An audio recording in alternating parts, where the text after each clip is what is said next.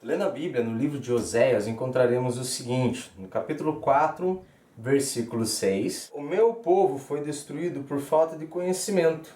No capítulo 6, versículo 3, então conheceremos se prosseguirmos em conhecer o Senhor.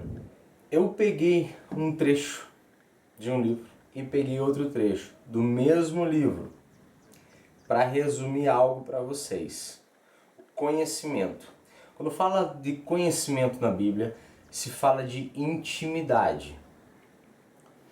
Oséias está falando ali do capítulo 4 até o 6, tá? Então o 4 e o 5. No 6 ele já vai dar então, né, a direção do que fazer.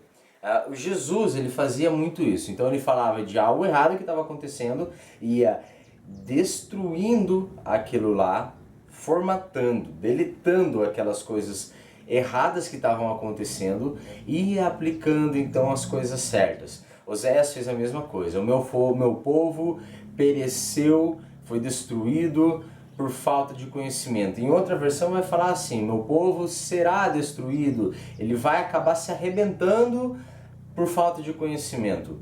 Não está dizendo apenas que as pessoas eram más, mas pelo não conhecer o Senhor, não saber a vontade dele, acabavam fazendo coisas que não eram do agrado do Senhor e eles colhiam consequência. Não porque Deus é mau, mas porque há uma consequência de você fazer algo que às vezes você não vê o motivo e acaba fazendo. Consegue compreender? Você colhe aquilo que planta. Eu não sabia que semente que era e eu não gostei do fruto. Pois é. Que tal você conhecer então a procedência da semente que você está plantando, tá? Conhecendo então a semente, você vai esperar um determinado tipo de fruto. Bom, o título desse vídeo, de onde vem tanto conhecimento? Talvez alguns de vocês, quando leram o título, acharão, o Jean vai falar dele mesmo. Não. O centro, eu já falei, não é Jean, é Cristo Jesus, né?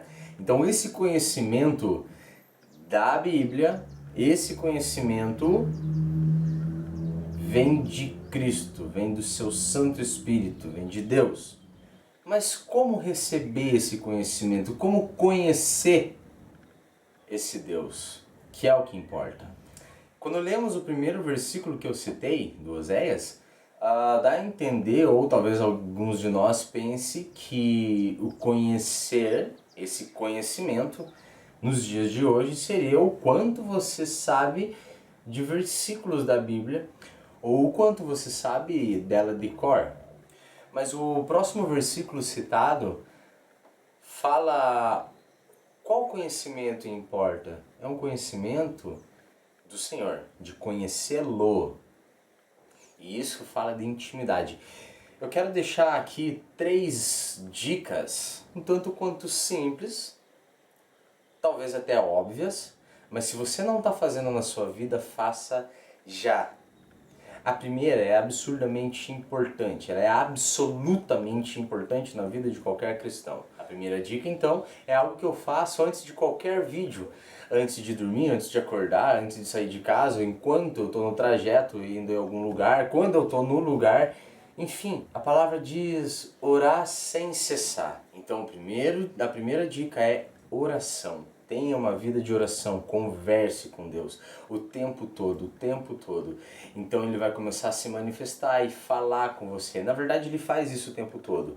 Através de um vídeo, através de uma pregação, através de um louvor, através de coisas ao seu redor, através do seu familiar, enfim, do seu amigo.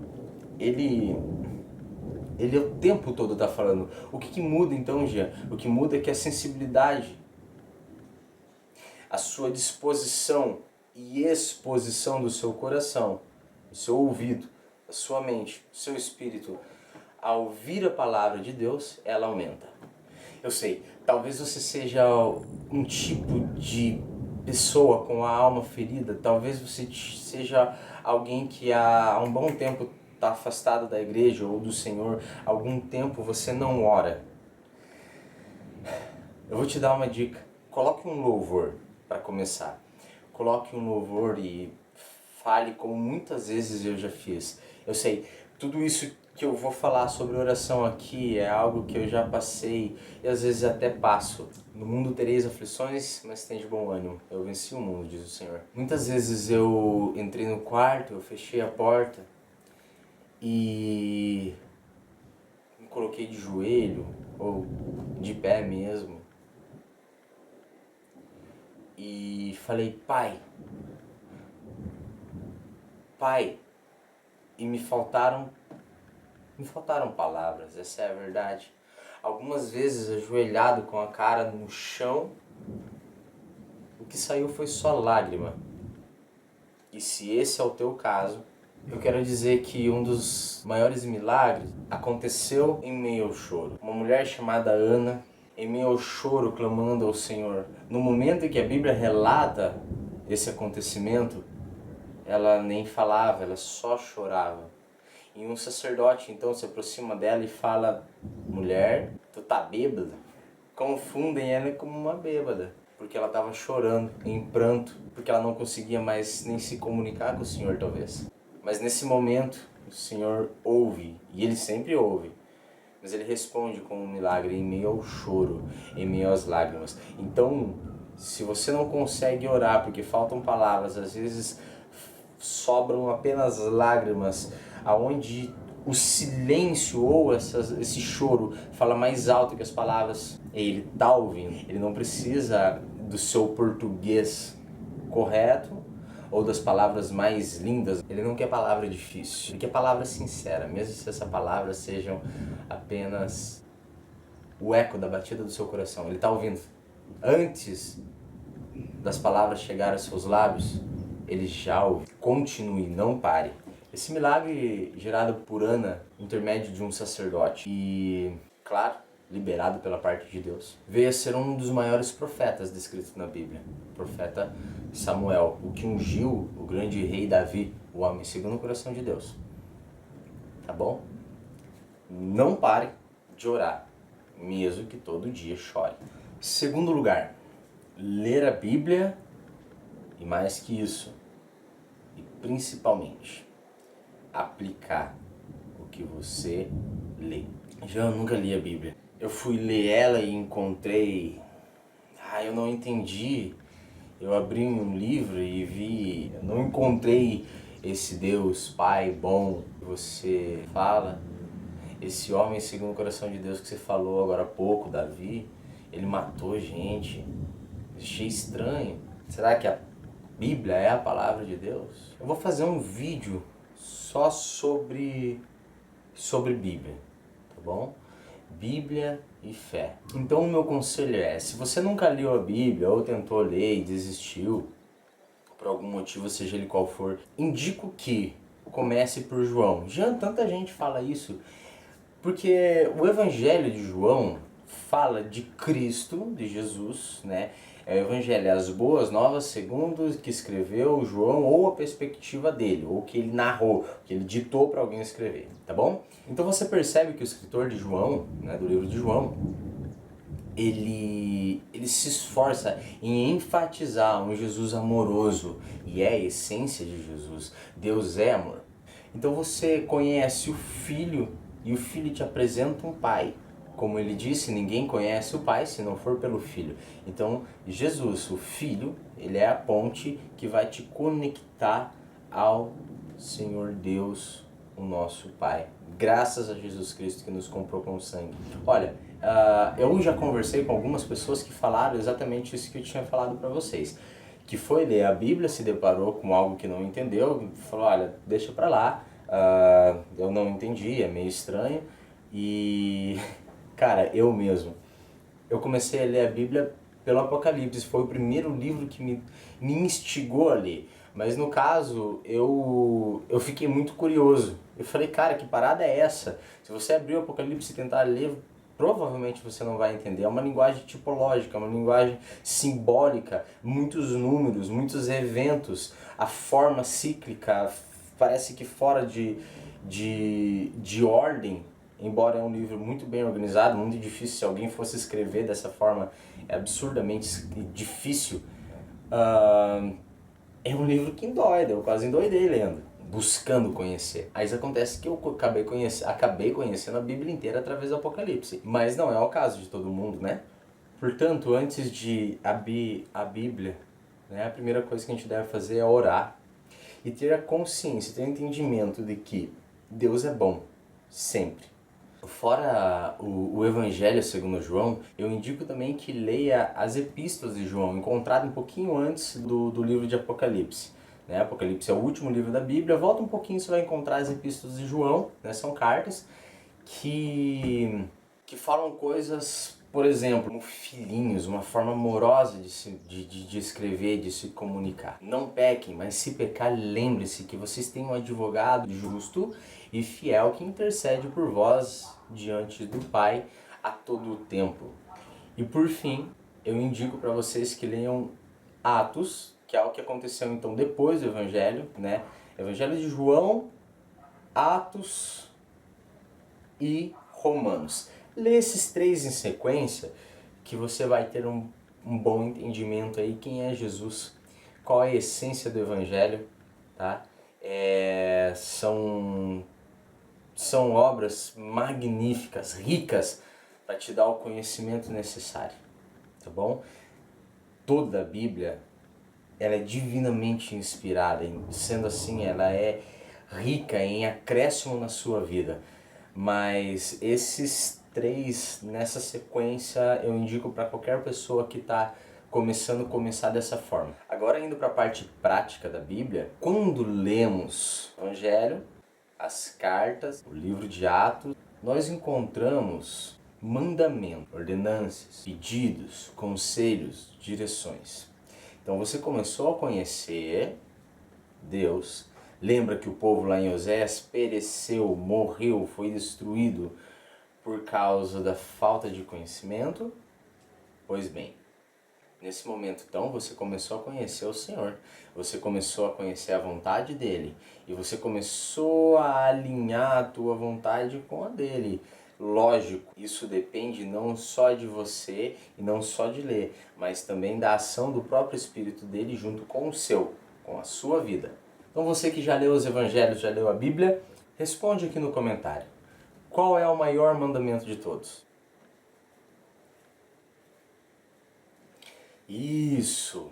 Talvez alguém responda aí de uma forma juntando algumas informações, né? Lá de Êxodo, do Evangelho, a resposta dos mestres da lei, a resposta de Jesus, que é o que interessa, que é onde eu quero chegar, mas talvez uma resposta que a maioria vai dizer é amar a Deus sobre todas as coisas, de todo o seu entendimento, de todo o seu conhecimento, né? de toda a sua força.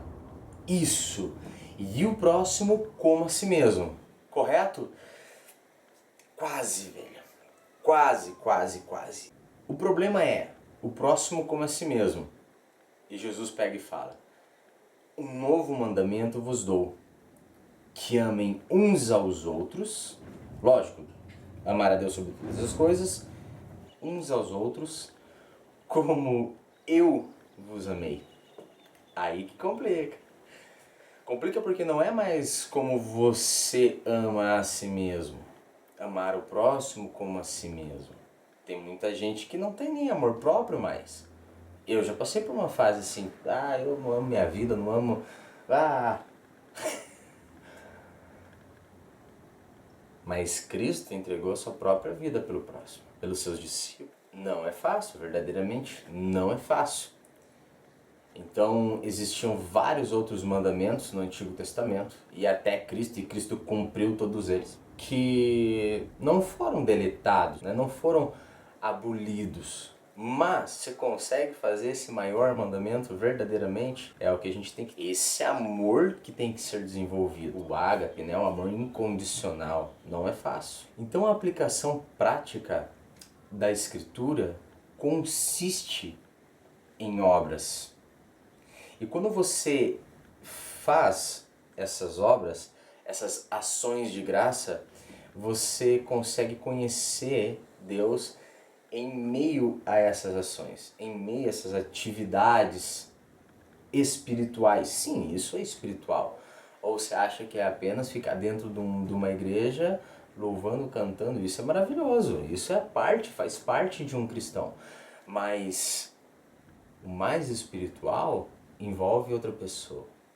Envolve em ajudar o necessitado. Esse é o Evangelho. Anunciar boas novas, estender a mão. A parábola do samaritano, por exemplo, isso é ação de graça. Quem conhece a parábola sabe. Quem não conhece, eu vou resumir. Passa um sacerdote, um padre ou um pastor por um caminho. E nesse caminho há um homem caído. O que a Bíblia vai dizer é uma expressão, um homem quase morto, semi-morto, praticamente em coma. Alguém roubou ele e bateu nele. Passa esse padre ou esse pastor por ele e fala, oxe, que pena, né? Mas infelizmente vai morrer mesmo, ou eu tenho atividades dentro do templo para fazer, eu não posso perder tempo com isso. Perder tempo com isso é uma alma. É muito mais importante que a tua atividade dentro do templo. Passa então um levita, né? Ou um ministro de louvor, o guitarrista da igreja, ou o cara que canta na igreja, o tecladista. Passa alguém desse patamar por ele e a mesma atitude do primeiro, do sacerdote. Mas vem um outro, a Bíblia chama ele de samaritano. Esse samaritano, esse homem que talvez não tinha esse talento de pregar ou de cantar, de louvar, mas ele expressa nele um amor que os outros não tiveram. Então ele pega aquela pessoa do chão, cuida das feridas dela, coloca em cima do seu transporte, dentro do seu carro e leva até o médico, paga do próprio bolso. Isso é a aplicação prática da palavra. Todos têm chamado, todos têm... existe um propósito e há espaço para todo mundo dentro desse propósito. Mas, como diz em 1 Coríntios capítulo 13, se não tiver amor, nada importa.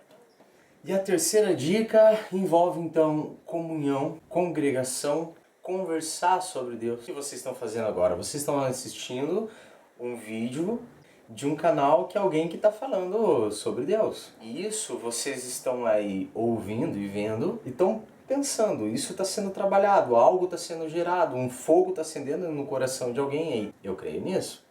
Esse é o objetivo do canal. Eu me alimentei muito no YouTube vendo pregações, eu tenho referências. Eu acompanho pessoas, eu vejo muitas pregações no YouTube. Eu congrego em uma igreja, sim, eu vou em uma igreja. Mas muitas vezes eu acabei... não tinha culto, era durante a semana, e eu queria ver uma pregação. Às vezes eu vejo 3, 4 pregações no dia. E isso me edifica demais.